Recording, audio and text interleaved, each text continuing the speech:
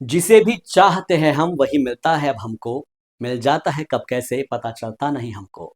हजारों आरज़ू थी ऐसी जो हो रही पूरी। हमेशा की तरह रहनुमा सुनते हैं अब हमको। हेलो दोस्तों, आप देख रहे हैं फैक्ट पोस्ट और आपके साथ मैं हूं शाहबाज। कहते हैं जब खुदा ने ये कायनात बनाई तो इंसानों को जमीन पर अपनी इबादत के लिए भेजा, ताकि वो अपने परवरदिगार को याद कर सके और नेक काम कर सके। ऐसे ही नेक शख्सियत को फैक्ट पोस्ट तलाश रहा है, जो परेशान हाल लोगों के लिए किसी फरिश्ते से कम नहीं, जो हर वक्त गरीबों की मदद के लिए तैयार रहते हैं। आज हम आपको एक ऐसी ही शख्सियत से रूबरू कराएंगे, जो कामयाब बिजनेसमैन तो है ही, साथ ही अर्श मेडिकल कॉलेज के ओनर हैं। आइए सबसे पहले दिल की गहराइयों से इस्तकबाल करते हैं जनाब अनवर खान साहब का। अनवर खान साहब, आपका बहुत बहुत इस्तकबाल है फैक्ट पोस्ट पर। बहुत बहुत शुक्रिया जनाब। अनवर खान साहब, यूं तो दुनिया में है मददगार बहुत, मगर किसी को अर्श पर पहुंचना है तो वो आपसे राब्ता कायम करता है। मेरा पहला सवाल ही आपसे ये है कि आप अर्श मेडिकल कॉलेज चलाते हैं। हजारों की तादाद में स्टूडेंट्स आपके यहाँ पर इल्म हासिल करने आते हैं, लेकिन उनमें से कुछ गरीब बच्चे भी होते होंगे। आप कैसे उनकी मदद करते हैं? सबसे पहले आपका शुक्रिया कि आपने टाइम दिया मुझे भी बात रखने का। जहाँ तक कि जब से जी मैंने ये इंस्टीट्यूट शुरू किया है, जी। तो पहले मैंने खाली एक कोर्स से शुरू किया था, बीएससी नर्सिंग से। तो आज शुक्र आज आज की डेट में 12 कोर्सेज मेरे पास जो है वो चल रहे हैं। तो आने वाले वक्त में इंशाल्लाह एमएससी भी कर रहा हूँ। जहाँ तक आपका सवाल है कि मेरे ट्रस्ट में 25% बच्चे ऐसे हैं जिनका परिवार में कोई पालने वाला नहीं होता है, या जो यतीम बच्चे जिनको हम कहेंगे वो होते हैं। 25% उनके लिए रिजर्व होते हैं। उसके बावजूद भी जहां तक मुझे लगता है, देखो मैं एक बात आपको क्लियर करूं, ये पैसा कमाने के लिए अगर मैं देखूं तो ये जगह जो आर एस इंस्टीट्यूट है, ये पैसा कमाने के लिए नहीं है।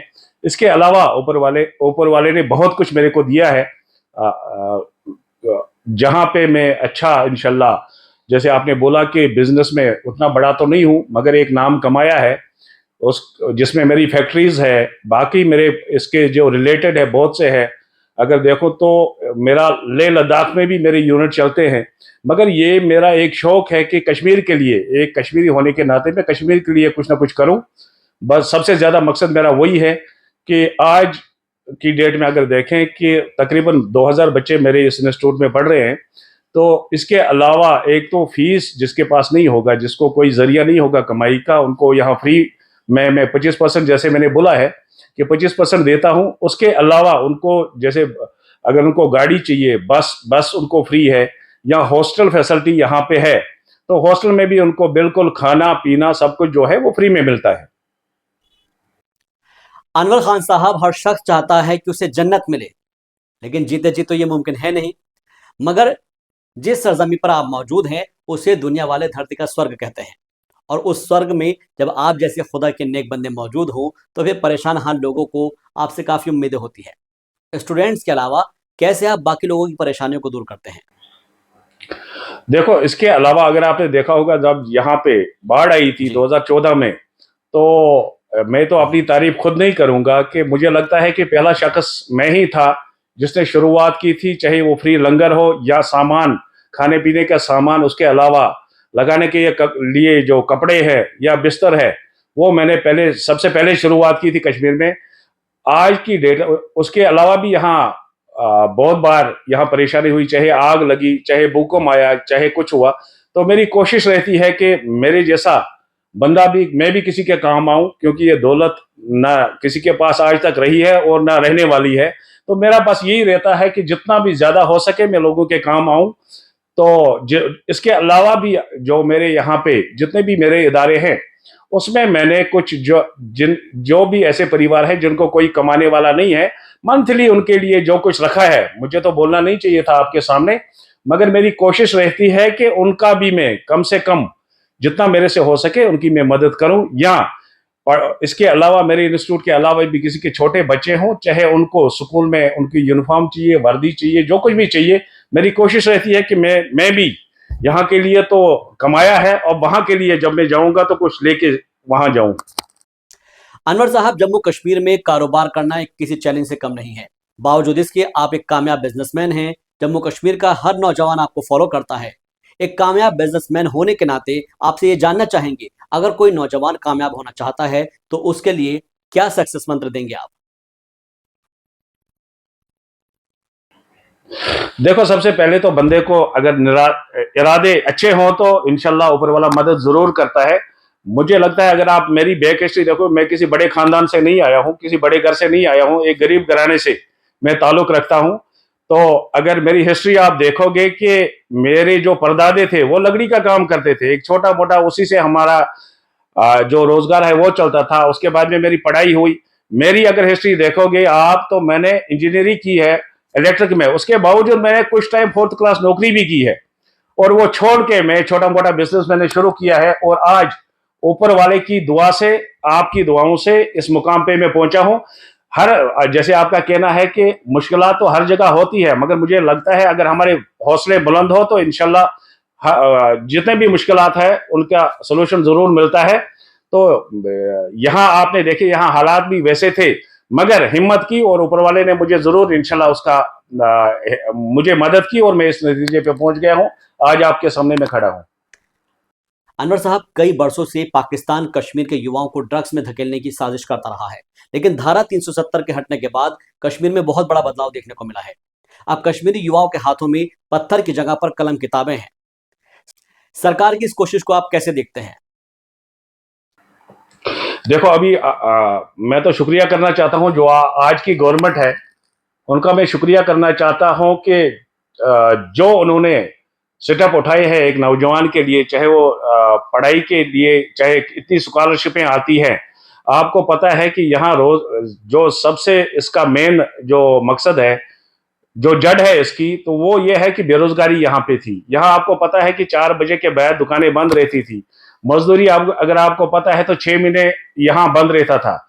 यहाँ हड़तालें रहती थी, कैलेंडर निकलते थे, बाकी चीजें। तो जो यहाँ गवर्नमेंट ने अच्छा काम किया है, मुझे लगता है कि आने वाले वक्त में, जहां तक ड्रग्स का आपने बताया कि वो पाकिस्तान से आता है, उसमें ये आपका कहना बिल्कुल सही है। पहले यहाँ पे आपको भी पता होगा कि पैसे आते थे, जब उस पर रोकथाम लग गई तो अब उन्होंने दूसरा तरीका एक इस्तेमाल किया कि पैसा आना यहाँ मुश्किल है, तो वो वहां से ड्रग्स बेचते हैं, उसको कन्वर्ट करके यहाँ उनको जो अपना एजेंडा है उसको चलाने के लिए यहाँ पे हमारे नौजवानों को, उनको तो अपना वो कारोबार चलाना है, मगर बदकिस्मती से हमारे नौजवान भी उसमें मुलवस हो गए हैं।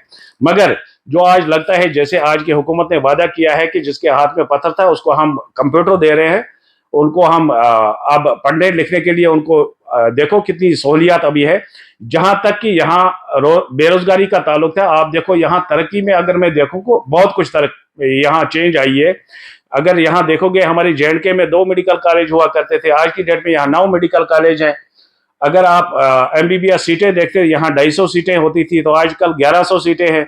एम्स यहाँ 2 बन रहे हैं, बड़े बड़े प्रोजेक्ट आ रहे हैं, बड़ी बड़ी इंडस्ट्रीज अब यहाँ से आ रहे हैं। मुझे लगता है कि कुछ साल के बाद आप देखोगे कि मुझे नहीं लग रहा है, और जितना बदनाम किया है कश्मीरी नौजवानों को ये ड्रग्स में मुलवस है, मुझे नहीं लग रहा है कि उतना यहाँ पे है।